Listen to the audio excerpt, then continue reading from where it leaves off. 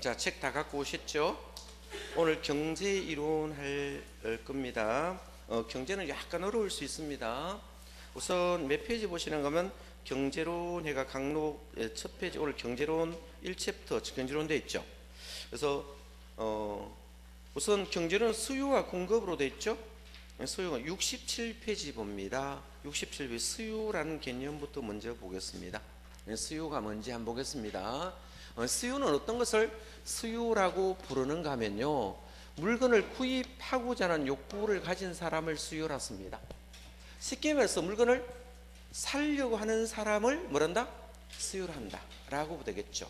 그래서 우리가 영어로는 이걸 디맨더라고 보통 씁니다. 그래서 디맨더 또는 디만드 이렇게 표현을 합니다. 수요자가 많으면 디맨더스 이렇게 붙이면 되겠죠. 그래서 앞으로 수요는 D로 표현을 한다라고 되겠습니까? 그러면 우리가 물건을 사는 사람의 입장으로 보면, 자, 최고의 가격이 있겠죠. 이 최고 가격의 수준이 되어 있다면 이 최고 가격 아래로 물건을 사겠습니까? 위로 사겠습니까? 아래로 사겠죠. 그래서 사람들이 이걸 우리가 디스카운트 한다 말했습니다. 어떤 물건이 자 정가가 5,000원으로 결정되어 있으면, 자 이걸 디스카운트 되면 어떤 가게는 4,000원에 파는 경우도 있고 3,500원 파는 경우도 있고 4,500원 팔 수 있겠죠. 그럼 최고 가격 이상에 삽니까? 이하에 삽니까? 이하의 물건을 산다 이렇게 보시면 됩니다. 자, 그러면 이 수요라는 개념이라고 쓰기도 하고 성격이라 쓰기도 하는데, 수요의 개념을 한번 보겠습니다. 이 수요 개념부터 본다면 개념은 크게 네 가지로 나누어 보겠습니다. 개념은 크게 네 가지로 나누는데, 첫 번째 보면 언제부터 언제까지를 일정 기간이라 씁니다. 이걸 뭐다? 일정 기간이라 씁니다. 그래서 일정 기간이라고 쓰겠죠. 일정 기간 동안 이렇게 씁니다. 그래서 일정 기간 동안 이렇게 쓰겠죠. 자, 언제부터 언제까지니까 큰 타이틀에 쓸 겁니다. 그래서 기간의 개념을 앞으로 뭐라 본다? 유량이라고 부르겠습니다. 이걸 뭐다? 유량 개념이라 씁니다. 이걸 우리가 유량 개념이라고 표현을 하겠습니다. 자, 그러면 유량 개념은 기간을 표시하는 것을 유량 개념이라 쓰며, 이걸 영어로는 플로 이렇게 표현을 하겠습니다. 자, 이거와 반대되는 내용이 있습니다. 반대되는 내용이 뭘까요? 일정 시점이 되겠죠. 그래서 어떤 일정 시점 이렇게 지문이 나온다면 일정 시점 동안 이렇게 지문이 나오면 어떻게 될까요? 시점을 나타내는 것을 우리가 시간적으로 정지된 점이 되니까 멈춰 있는 상태를 우리가 저량 개념이라 쓴다 했죠. 이걸 뭐다? 저량 개념이라 부른다 했죠. 그래서 저량 개념 이렇게 표현하고, 영어로는 이걸 우리가 스톡이라고 표현을 하더라 이렇게 보시면 되겠죠. 자, 두 번째 있는 것이 보겠습니다. 사전적 개념이라 씁니다. 이 사전적 개념이 되겠습니다. 수요는 사전적 개념이 됨으로 인하여, 자, 사전적 개념이니까 앞으로 구입하고자 하는 욕구입니까? 구입하고자 합니까? 구입했어요. 예? 자, 구입했으면 안 됩니다. 구입 뭐다?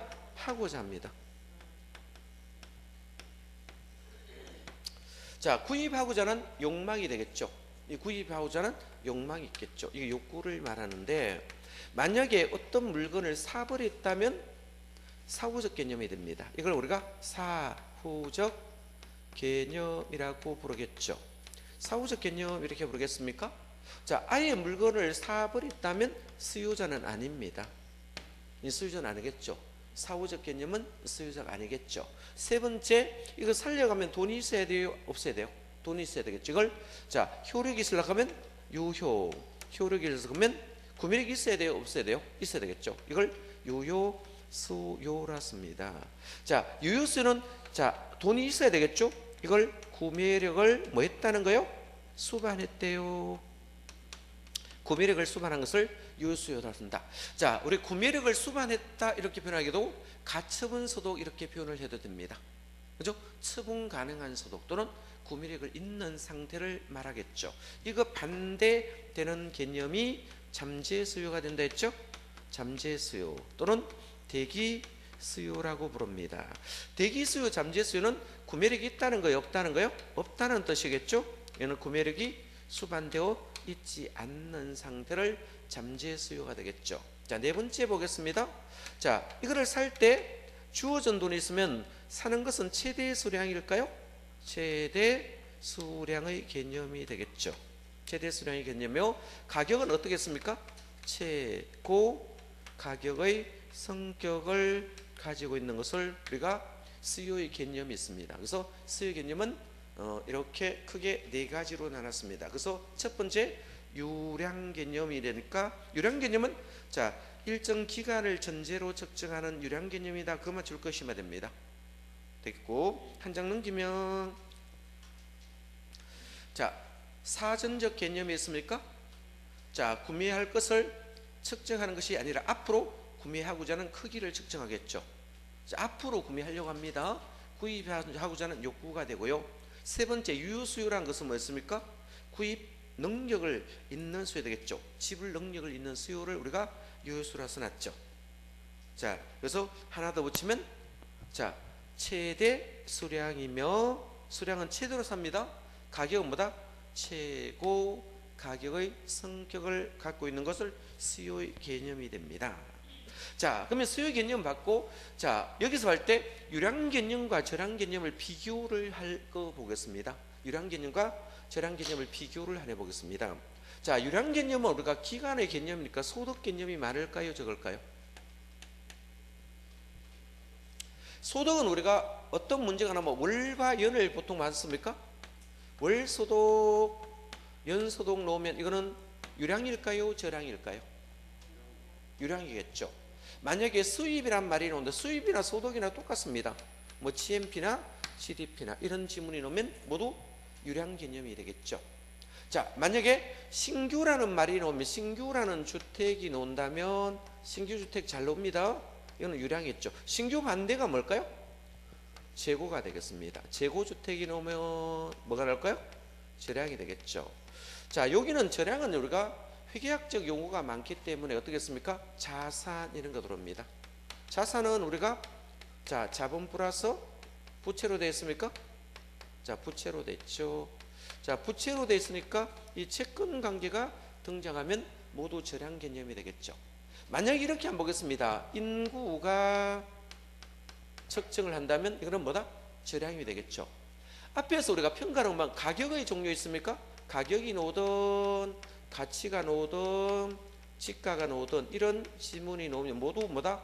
자, 기존 시점을 평가할 때 정의해야 되니까 절량 개념이란 말을 쓴다 이렇게 썼습니까? 그래서 그 앞 페이지 보시면 좀 적어놨을 거예요. 처음이니까 몇 개만 봅니다.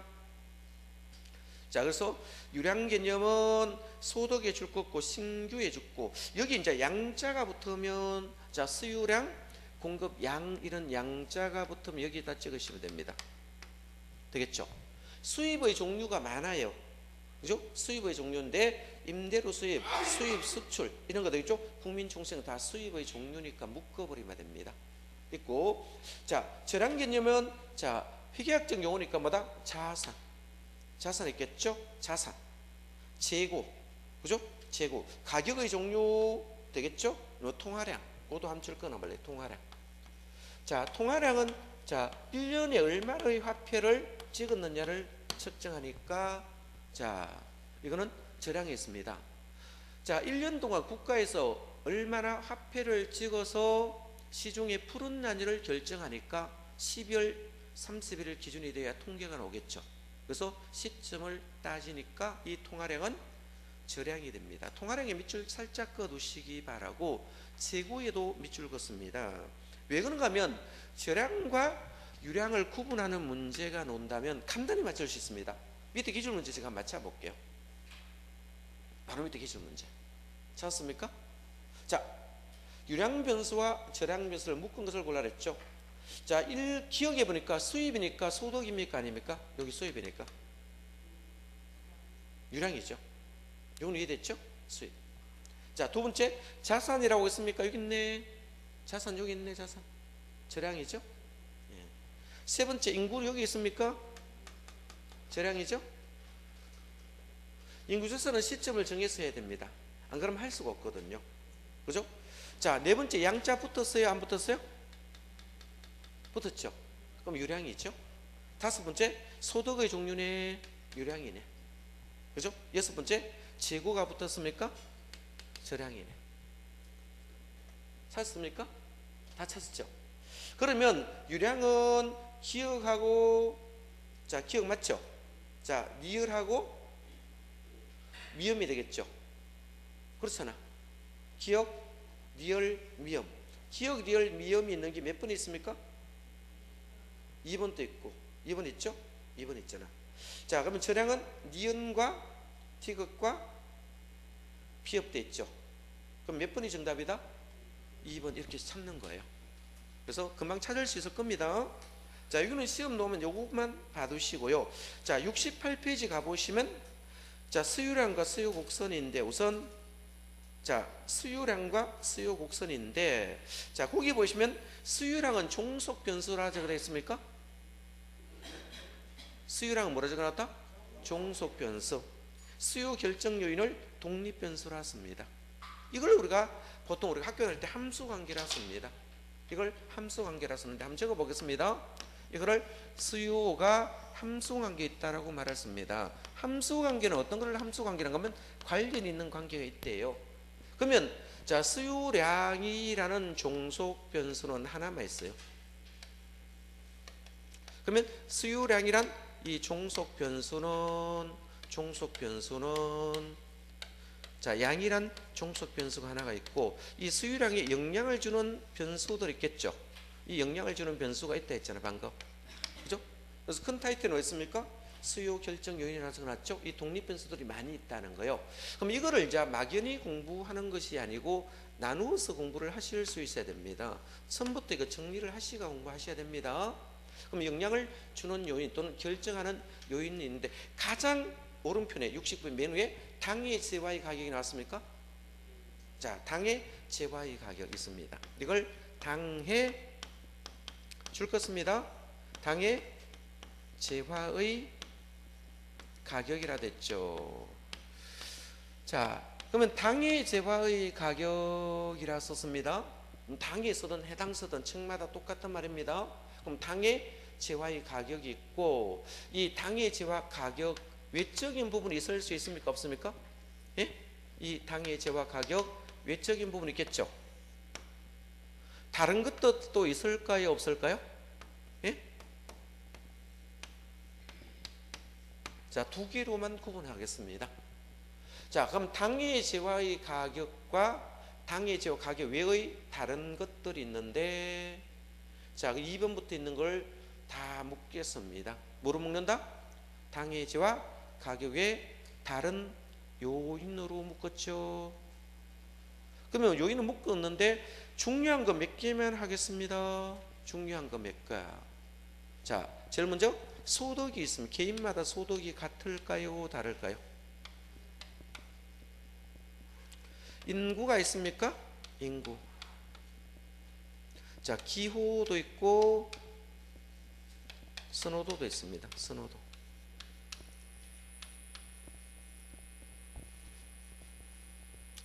자, 요 네 가지는 아주 중요합니다. 요거를 우리가 수요만 존재하는 것을 우리가 고유라 씁니다. 자, 나머지는 공통적 사항입니다. 관련제와.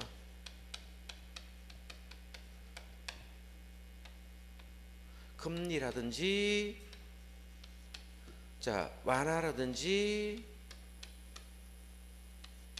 예상이라든지 아주 많아요. 여러분 책이 없는 거 굉장히 많아요. 이것도 일일이 다 못 외워요. 자, 중요한 것은 뭡니까? 고유만 좀 봐두시면 됩니다. 소득과 인구. 요 두 개가 시험 잘 나옵니다. 기후와 선호도 되는데, 기후 선호도는 시험 잘 안 나오니까 참고로 보시고, 기후와 선호도는 수요만 옵니다. 시험은 뭐가 나온다? 소득과 인구가 이것이 공급으로 나오면 틀린 지문이 됩니다. 그래서 수요만 존재하는 것을 고유라고 불러요. 자, 이거를 제가 다 묶어서 당해 재화 가격 외에 다른 요인 이렇게 문제 다른 요인으로 시험 넣어도 되고 이걸 문제 정말 여러 조건 이렇게 바꿔놔도 됩니다. 무슨 조건? 여러 조건 이렇게 바꿔도 여러 조건 놓으면 이거를 가격 외 다른 것들을 여러 조건이라고 불러도 된다 라고 묶으면 되겠죠. 자, 그러면 수요라는 사람이 있다면 이 수요량을 결정할 때 사람들이 가장 민감한 부분이 뭘까요? 수요량을 결정할 때 가장 민감한 부분이 가격이 있죠. 이 가격이 가장 중요한 요인이 됩니다. 그죠? 가격이 가장 중요한 요인이 되고 나머지는 미묘한 요인이 됨으로 인하여 가장 중요한 당위제와 가격과 미묘한 요인을 하나로 묶어서 가격의 다른 요인이라고 묻겠습니다. 자, 그러면 당해제와 가격이 수요량을 결정하는 경우도 있고 가격의 다른 요인이 수요량을 결정하는 경우도 있습니다. 이거를 우리가 영향을 주는 것을 여러분 책에 독립변수라 적어놨죠? 독립변수 이런 거는 시험 안 나와요. 별로 중요하지 않습니다. 시험과 관계없는 용어고 시험과 관계 있는 것은 뭡니까? 당해제와 가격이 수요량을 영향을 주느냐. 자, 당해제와 가격 외적인 요인이 수요량에 영향을 주느냐 이거를 구분해야 되겠죠. 그죠? 구분합니다. 자, 그러면 쭉 나눴습니다. 자, 어디까지 넘어갔습니까? 자, 70페이지까지 넘어갔어요. 넘어갔습니까? 넘어가고요. 자, 그러면 당해제와 가격과 수요량의 관계를 나타내는 것을 수요의 법칙이라 씁니다. 뭐라 쓴다? 수요의 법칙. 자, 그러면 이 당해제와 가격만 변하면 수요량이 변하면 자, 이 수요의 법칙이 되는데 수요의 법칙은 얘와 얘는 정반대의 관계에 있습니다. 이걸 반비례 관계라 씁니다. 무슨 관계? 반비례. 요거하고 요것만 제가 들고 놓겠습니다. 요것만 뽑아 놓겠습니다. 그러면 당해제와 가격과 수요량은 자, 요거와 요거를 뽑아 놓으면 자, 한번 보겠습니다. 여기 내가 적어 볼게요. 가면 그죠? 당해제와 가격과 수요량이 있다면 이 수요량이 있다면 두 개는 지금 좀 전에 내가 뭐였습니까? 반비례 관계를 했죠? 어떤 관계다? 반비례 관계. 이걸 반비례 관계는 것을 수요의 법칙이라 씁니다. 이걸 뭐로 본다? 수요의 법칙이라 씁니다.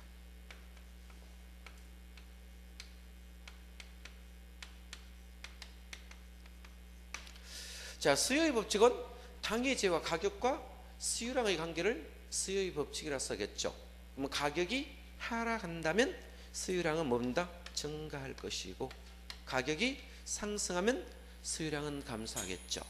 자, 그럼 이 수요의 법칙을 이용해서 제가 그림을 한번 그려보겠습니다. 일로 볼래요? 요 축을 제가 가격축으로 보겠습니다. 가격축. 요 축을 우리가 수요량이란 축으로 보겠습니다. 수요량이란 축으로 보겠습니다. 자, 그러면 제가 주어진 재화의 비용이 있는데 만약에 2만 원이란 돈을 갖고 있다면 2만 원 돈 갖고 있다면 제가 어떤 재화 빵을 사러 가보겠습니다. 어떤 빵을 사러 가봤더니 빵 가격이 시장에서 100원이 주어져 있다면 2만 원으로 제가 최대한 몇 개를 살 수 있다는 겁니까? 최대 수량이 얼마요? 200개가 되겠죠. 200개를 산다 이 뜻이겠죠. 만약에 이 빵 가격이 200원으로 결정이 된다면 주어진 돈으로 최대한 제가 구매할 수 있는 것이 몇 개 된다? 100개가 된다 라고 자 되겠죠. 자, 그러면 가격이 상승하면 수요량 어떻게 됐을까요? 줄었죠. 가격이 상승하면 수요량은 감소하였고 가격이 하락한다면 뭐 한다면 가격이 하락한다면 수요량은 증가했습니다. 이걸 수요의 법칙이라고 부릅니다.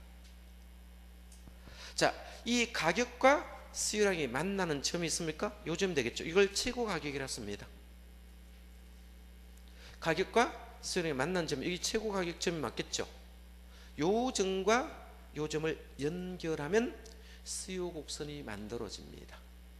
자, 이 점과 이 점을 제가 연결할 수 있을까 없을까요? 있겠죠. 이렇게 연결하면 이 곡선이 무슨 곡선이다? 수요 곡선이 만들어졌겠죠. 이 수요 곡선은 이게 오른쪽일까요? 왼쪽일까요? 오른쪽 맞죠? 오른쪽을 향하여 하향입니까? 상향입니까? 예? 하향하는 곡선이 되었습니까? 그래서 수요 곡선은 우하향 곡선이라 부릅니다. 자, 그러면 수요 곡선 한번 보겠습니다. 많이 적어놨는데 읽을 거 별 곳 없어요. 개념에 보시면 수요 곡선이라 있고, 찾았습니까? 자, 그 줄 마지막에 당의 재화의 가격, 요 줄 껐습니다. 당의 재화의 가격과 수유량, 당의 재화 가격과 수유량 사이의 관계를 그래프로 나타낸 것을 말한다 라고 적었습니까? 그죠? 그럼 밑에 그림 보니까 그 그래프 모양이 뒤로 펴놨죠. 수요 곡선은 뭐다? 우하향 곡선이 되니까 동그라미 1번 가봅니다. 그래서 수요 곡선은 우하향하는 형태의 밑줄 긋습니다. 수요 곡선은 어떤 형태다? 우하향하는 형태의 밑줄 긋습니다. 그렇죠? 그러면 동그라미 2번에 보니까 가격이 상승하는 경우 수요량은 감소하고, 가격이 하락하는 경우는 수요량이 증가한다. 이 수요량은 가격에 대한 감소함수라 씁니다. 감소함수는 요 마이너스를 감소함수라 씁니다. 플러스 관계를 증가함수라 쓰겠습니다. 요 마이너스 관계를 감소함수, 나중에 플러스 관계 공급 놓습니다. 이걸 증가함수라 씁니다. 수요는 마이너스 관계니까 반비례니까 무슨 함수다? 감소함수라고 씁니다. 자, 거기까지 이해됐죠? 자, 그거 보시고, 자, 개별 수요 곡선과 시장 수요 곡선 참고로 보겠습니다. 개별 수요 곡선은 어떤 것을 개별 수요 곡선이라고 하면 한 사람의 수요 곡선을 개별 수요라 씁니다. 그러면 한 사람의 수요를 개별 수요로 본다면 이 한 사람을 모두 다 수평으로 연결하면 시장 수요 곡선이 됩니다. 그죠? 그럼 개별 수요는 개별 수요, 각각에 대한 수요에 대한 수량을 나타내는 것을 말하고, 시장 수요는 뭐다? 개별 수요 곡선을 수평으로 합쳤습니까? 수직으로 합칩니까? 수평을 수직으로 바꿔놓습니다. 자, 예를 한번 읽어볼래요? 자, 개별 수요들이 있습니다. 개별 수요가 있는데, 개별 수 A라는 사람의 수요가 있어요. 자, A라는 사람의 수요가 있는데 200원 할 때 A가 200원 할 때, 자, 100개를 기꺼이 구입할 수량이 있었습니다. 근데 B라는 사람은 한번 보겠습니다. B라는 사람은 이 200원 하면 한번 보겠습니다. 200원 하면 B는 뭐 보겠습니까? 150개를 구입할 용이 있습니다. 그러면 A는 뭐다? 100개, B는 뭐다?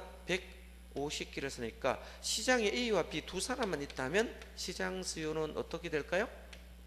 예? 시장 수요는 요 200원 한다면 두 개를 수평으로 합치면 얼마 나왔어요? 250이 나왔어요? 안 나왔어요? 250 나왔죠. 100하고 150 수량을 수평으로 합산했잖아 방금. 그죠? 수평으로 합산하니까 뭐다? 250이 되겠죠. 그림이 그 뭔데요? 많이 눕겠습니까? 안 눕겠습니까? 여기 뭐 된다? 시장 수요 곡선이 된다 라고 말을 쓰는 겁니다. 자, 그러면 개별 수요와 시장 수요의 그림을 비교한다면 시장 수요가 완만합니까? 시장 수요가 완만하잖아. 그림이 이 완만한 것을 우리가 그죠? 탄력이라 씁니다. 이게 완만합니다. 이게 완만한 곡선이 되고, 이거는 극경사 되겠죠? 자, 극경사가 됩니다. 경사도 급해요. 이걸 완경사니까, 그죠? 완만한 경사니까 완경사 이렇게 쓰겠습니다. 완경사 이렇게 표현하겠습니다. 나중에 완경사 이 양이 많은 것을 다른 말로 탄력적이라 부릅니다. 이걸 뭐다? 탄력적 이렇게 부르고, 양이 적은 것을 우리가 비탄력적이라 씁니다. 그럼 문제가 나올 때, 자, 개별 수는 비탄력적, 시장 수는 탄력적 이렇게 문제를 바꿔놓아야 되겠죠. 자, 용어 정리했고요. 자, 밑에 수요 법칙 갑니다. 자, 여기 수요 법칙 봤습니다. 수요 법칙. 수요 법칙이라 한번 보겠습니다. 어떤 재화의 가격이 하락하면 수요량은 증가하고 가격이 상승하면 수요량은 감소하겠죠. 자, 줄 것입니다. 가격과 수요량은 반비례 관계에 있다. 자, 밑줄 거 별표. 자, 가격과 수요량은 어떤 관계에 있다? 반비례 관계라는 것을 수요의 법칙이라 씁니다. 이 수요의 법칙 때문에 수요 곡선이 뭡니다? 우하향하는 곡선을 그립니다. 되겠죠? 자, 수요 법칙이 성립하는 이유라고 되어 있는데 그건 안 보셔도 돼요. 일단 통과. 시험 안 나오니까 건너가고 잔장 넘깁니다. 자, 시험은 이게 나옵니다. 수요량의 변화와 수요의 변화가 시험에 나옵니다. 잔장 넘겼습니까? 이게 시험이 잘 나와요. 그죠? 작년에는 나왔다 됐죠? 29회에도. 자, 수요량의 변화는 어떤 것을 수요량의 변화라 부르는가 하면 당의 재와 가격만 변하면 수요량이 변하는 것을 수요량의 변화라 씁니다. 이걸 뭐다? 이걸 수요량의 변화라 씁니다. 수요량의 변화 이렇게 씁니다. 필기하지 말고 머리에 바로 넣으세요. 머리에다 필기하세요. 머리에다 바로 필기해버렸어요. 그죠? 수요량의 변화는 자, 뭐만 변했습니까? 당의 재화의 가격만 변하면 수량이 바뀌면 수요량의 변화라 쓰고, 그죠? 자, 당의 재화의 가격이 변하면 가격 외 다른 조건은 아무런 변화가 없다고 약속을 하는 겁니다. 아무런 변화가 없다고 약속을 하겠습니다. 그죠? 자, 이제는 반대가 되겠습니다. 자, 당의 재화 가격은 가만히 있고 뭐만 변합니까?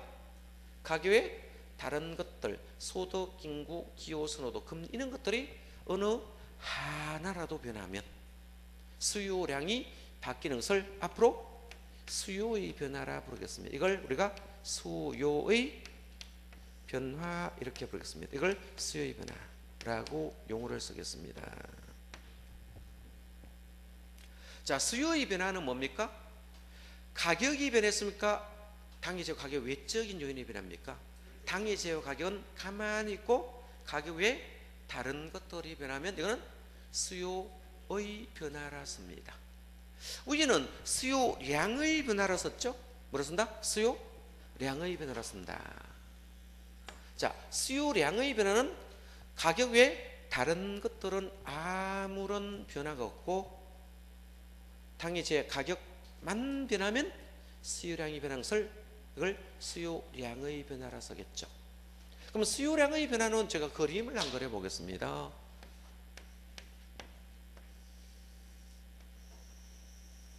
저 그대로 갖고 있습니다.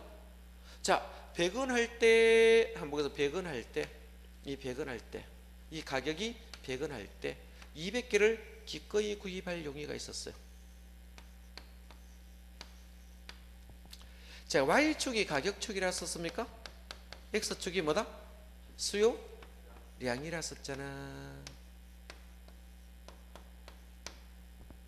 200원이 주어지면 몇 개를 기꺼이 살 용의가 있다? 100개를 기꺼이 살 용의가 있다 했죠. 그죠? 자, 그러면 이 점과 이 점이 있습니다. 이걸 연결하면 아까 수요 곡선이 만들어진다고 했죠. 뭐가 만들어진다? 수요 곡선이 만들어지겠죠. 그럼 수요량의 변화는 어떤 것을 수요량의 변화라 쓰는가 하면 여기 볼래요. 해당 재와 즉 당의 재와 뭐만 변했습니까? 가격만 변함으로 수량이 바뀌겠죠. 여기 볼래요. 자, 당의 재와 가격이 현재 얼마예요? 200원입니다. 이걸 당의 재와 가격만 변화시켰습니다. 얼마로?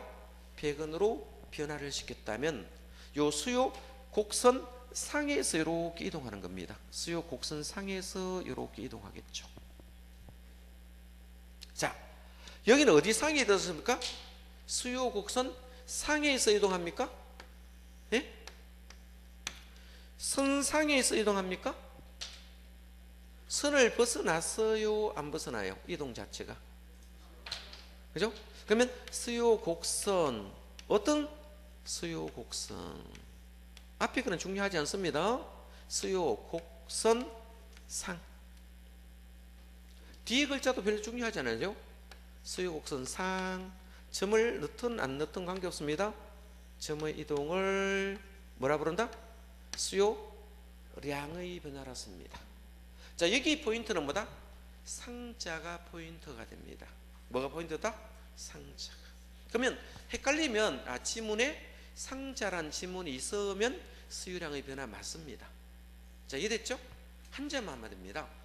수요량의 변화는 자, 당해제와 가격만 변함으로 인하여 뭐가 바뀌었습니까? 수량이 바뀝니다. 자, 만약에 당해제와 가격이 100원 하던 것이 200원으로 수량이 바뀌면 수량이 100개로 줄겠죠. 만약에 110원으로 가면 자, 190개로 수량이 줄어들 수 있습니까? 그죠? 180원으로 가면 180개로 줄어들 수도 있잖아. 120원으로 가면 180 줄어들겠죠. 자, 여기 포인트는 뭡니까? 당해제와의 가격만 변합니다. 당해제와의 가격만 변하면 가격은 변하지 않는다고 약속이 되어 있습니다. 제가 약속한 것이 아니고 세계적 약속입니다. 어떤 약속이다? 세계적, 우리나라만 그런 게 아니고 전 세계적 약속이 되어 있기 때문에 자, 당해제와 가격만 변하면 수량이 바뀝니다. 이걸 뭐가? 수요량의 변화는 수요 곡선상 점의 이동을 수요량의 변화라 부르고, 수요의 변화는 한번 보겠습니다. 읽어볼래요? 수요의 변화는 자, 이번에는 반대의 개념이 되겠죠. 자, 당해제와 가격은 아무런 변화가 없어야 돼요. 뭐는 아무런 변화 없다? 당해제와 가격은 아무런 변화가 없어야 됩니다. 당해제와 가격은 아무런 변화가 없어야 돼요. 가격은 200원 그대로 있어요. 200원 그대로 있다 봅시다. 자, 요 A라는 수요자가 200을 할 때, A라는 수요자가 200을 할 때, 원래 수요라 쓰겠습니다. A라는 수요자가 수요가 200을 할 때, 원래 수요라 쓰겠습니다. 200을 할 때, 그죠? 자, 여기 100개의 수량이 정해져 있어요. 몇 개 수량이 정했다? 100개의 수량이 정해져 있어요. 자, 그러면 가격은 당해제와 가격은 가만히 있고 가격에 다른 요인이 변했다 했잖아. 자, 그러면 한 사람 살 것을 두 사람이 살 수 있습니까? 인구가 늘었어요? 안 늘었어요? 늘었죠. 그러면 세 사람이 살 수도 있습니까? 그러면 인구가 3명 같으면 한 사람이 100개 사면 인구가 3명 같으면 어떻게 될까요? 300개가 돼요? 안 돼요? 300개 살 수 있겠죠. 한 사람은 100개 속 산다면 자, 몇 개 된다? 300개 수량이 적었습니까? 제가 가격은 가만히 있다 했잖아. 뭐는 똑같다? 가격은 동가는데 가격 외적인 요인이 변했다 했죠. 그죠? 자, 소득이 늘 수도 있습니까? 그죠? 소득이 늘 수도 있겠죠. 소득이 늘면 더 많이 살 용의가 생기겠죠. 돈이 더 생겼으니까. 그죠? 자, 그러면 자기가 좋아하는 기호입니다. 이거 굉장히 선호 기호예요. 이런 거 좋아하는, 내가 좋아하는 물건이라면 더 많이 사겠죠. 딴 것은 줄이고. 그죠? 그러면 오른쪽으로 오면 수요 증가란 말을 씁니다. 수요 뭐다? 증가라 부르고. 자, 만약에 소득이 줄면 어떻게 될까요? 수량을 줄일 수도 있어요? 안 줄일 수도 있어요? 줄일 수도 있겠죠. 그러면 소득이 줄면 수량을 줄일 수도 있겠습니까? 그럼 이만히 줄였어요. 20개로 확 줄여버렸어요. 몇 개를 줄였다? 20개로 수량을 줄여버렸어요. 자, 왼쪽으로 가는 것을 감소라 씁니다. 왼쪽으로 가는 것을 감소. 자, 우측 이동을 증가라 부르고 좌측 이동을 감소라 쓴다. 헷갈리니까 오른쪽으로 간다는 건 무조건 증가, 왼쪽 가면 무조건 감소, 이렇게만 보세요. 우상향, 좌하향 이렇게 공부하지 말고 그러면 뒤죽박죽 된다. 뭐 때문에? 공급과 반대되는 용어가 되니까. 그래서 상향 하향으로 하지 말고 뭐다? 오른쪽으로 가느냐 왼쪽으로 가느냐만 보시고 찍으시라고요. 안 그러면 헷갈리십니다. 그래서 자, 이걸 수요의 변화라 씁니다. 수요의 변화는 가격이 변했습니까? 가격 외에 다른 것들이 변했습니까? 가격 외 다른 요인이 변하면 수량이 바뀌는 것을 수요의 변화라 씁니다. 자, 수요의 변화는 자, 가격 외 다른 것들이 변하니까 수량이 바뀝니다. 수량은 다 바뀌는 겁니다. 이걸 수요의 변화라 쓰며 이 그래프 자체가 움직였습니까? 예? 이거는 수요 곡선 자체 이동입니까? 수요 곡선 자체의 이동이라 씁니다. 자, 수요 곡선 자체가 이동하면 이거는 뭐다? 수요의 변화라 씁니다. 자, 수요 곡선 자체가 이동하는 것을 뭐다? 수요의 변화라고 쓴다. 우선 용어 구분합니다. 이거는 시험에 상당히 잘 나오니까 봐두시고, 수요량의 변화는 글자 굉장히 많습니다. 굉장히 많은데, 자, 첫째 줄에 보니까 수요량의 변화는 첫째 줄 마지막에 당의 제와 가격이 변합니까? 뭐가 변한다? 당의 제와 가격이 변했죠. 그 제와가 당의 제와입니다. 당의 제와 가격이 변하면 수요 곡선 상자 동그라미입니다. 상의 점의 변화를 가져왔죠. 자, 그래서 쭉 읽어보시고 넷째 줄에 봅니다. 수요량의 변화는 줄 것입니다. 동일한 수요 곡선상입니까? 동일한 수요 곡선상입니까? 동일한 수요 곡선상이잖아. 어디다? 동일한 수요 곡선상 점의 이동을 말합니다. 곧 밑줄 긋고요. 수요의 변화 갑니다. 첫째 줄 봅니다. 자, 당의 제와 가격 이외 요인이 변했습니까? 가격 이외, 당의 제 가격 이외 요인이 변한다. 밑줄 긋습니다. 가격이 변해서 가격 이외 요인입니까? 이외 줄 긋고 위외 동그라미 칩니다. 외적 요인이 변하면 수요량이 변합니다. 자, 이걸 수요의 변화라 씁니다. 그래서 두줄에 수요 곡선 자체가 이동하는 것을 말한다. 밑줄 긋고요. 자, 밑에 보면 자, 종류들이 있습니다. 소독도 있고 다음 편에 관련 재화도 있고 그 종류가 한 장 넘기면 자, 예상도 이자율 변화 쭉 있습니다. 이걸 묶어서 뭐라 불렀습니까? 가격 외 다른 요인. 책에는 몇 개만 적어놨거든. 안 놓은 것도 많죠. 이거를 묶어서 뭐다? 가격 외적인 다른 요인이다. 다른 건 일단 잔잔한 거는 보지 마세요.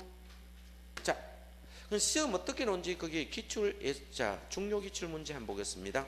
자, 여러분 한번 풀어보세요. 네, 10초 드릴게요. 10초 만에 풀 수 있을 것 같습니다.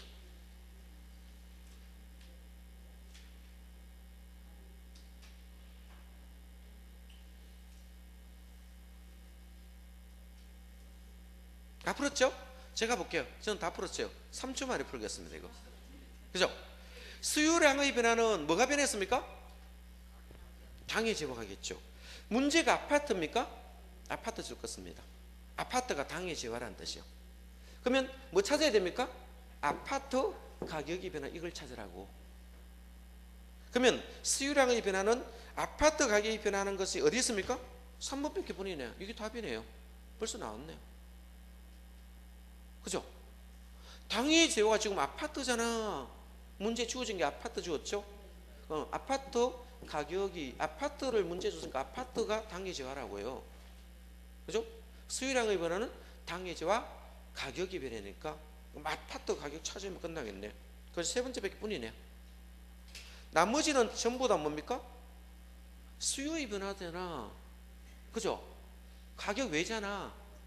1번 또 보니까 자, 가구수, 2번 이자율, 자, 4번의 인구, 재산세 이런 것은 뭡니까? 강화 완화잖아. 여기 강화 완화 적어놨네. 이건 가격입니까? 가격 외입니까? 가격이니까 이건 수요의 변화거든요. 자, 수요의 변화를 보니까 1번은 단독주택이니까 틀렸죠? 단독주택 가격이니까, 그죠? 자, 대치제가 될 수 있겠네요. 그죠? 자, 그러면 근데 수요량의 변화가 안 맞으니까 틀렸고, 두 번째 택지 공급이니까, 공급이니까 이거는 문제가 될 수 없고 성립 안 되거든. 공급 문제거든. 택지는 수요 문제가 아니고 뭐다? 공급에 나와야 됩니다. 고유기 때문에. 세 번째는 가구수니까 가격 외니까 수요의 변화 맞죠? 이게 정답이고, 네 번째는 소득도는 뭐다? 수요의 변화 맞고요. 5번째 아파트 건축비 하락이 났죠. 이건 공급에 나오는 용어다.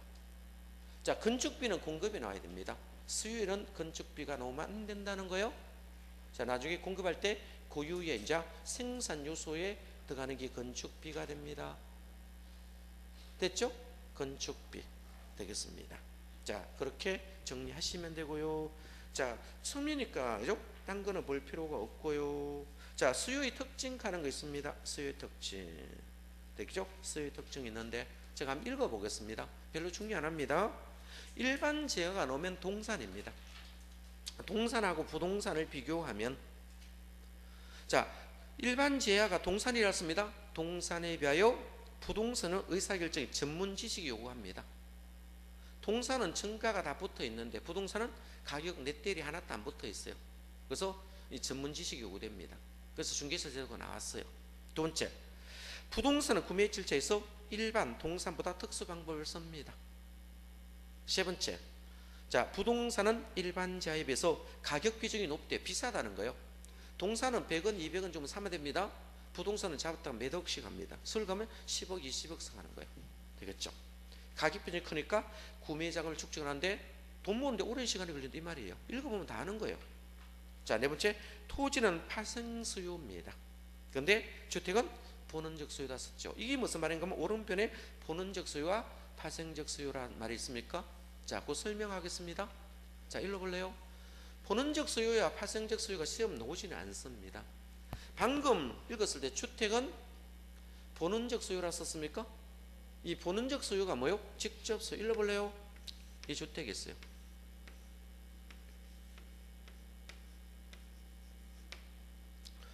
이 주택의 수요는 여러분이 직접 들어가 살아야 됐죠? 직접 수요입니까? 자, 직접 수요이다. 이걸 직접 수요 또는 마지막에 최종적으로 수요하려 하는 게 주택이거든요. 이걸 여러분 책에는 본원적 수요라 적어놨죠? 무슨 수요? 본원적 수요. 주택을 지으려면 뭐가 필요할까요? 땅이 필요하겠죠? 택지가 필요하겠죠. 이걸 간접 수요라 씁니다. 간접 수요. 다른 말로 생산 요소 수요라 씁니다. 책에 예문은 읽어보면 안 됩니다. 예문 읽어보면 점수 거꾸로 내려갑니다. 안 맞거든요. 그죠? 이걸 자, 간접 수요, 생산요 수요, 이걸 우리가 파생적 수요라 씁니다. 이걸 뭐다? 파생적 수요라 씁니다. 용어만 구분하면 된다. 그래서 제가 됐으면 타이틀만 봅니다. 책은 세부 내용은 별로 중요하지 않습니다. 자, 그래서 토지는 뭡니까? 파생적 수요, 생산 요소에 대한 수요입니다. 그래서 파생적 수요, 간접 수요 써놨죠. 생산 요소 그러면 줄 거고, 자, 본원적 수요는 직접 수요고 최종 소비재 수요라서 그것만 줄 거면 끝납니다. 딴 거는 읽어볼 필요가 없습니다. 만약에 자, 배추는 본원적 수요일까요? 최종으로 배추를 먹으려고 심잖아. 그러면 배추를 심으려면 뭐다? 농지가 필요합니까? 농지는 무슨 수요다? 파생적 수요라 쓴다 이 뜻이에요. 이해됐죠? 자, 더 이상 볼 필요 없고요. 위에 딴 것들은 왜 안 하느냐? 시험하고 관계없으니까 안 하는 겁니다. 머리만 뒷다가 아프거든요. 그렇겠죠? 자, 한 장 넘기면 뭡니까? 공급의 개념이 있거든요. 이 공급의 개념을 좀 봐야 되는데, 그죠? 조금만 쉬었다 하겠습니다.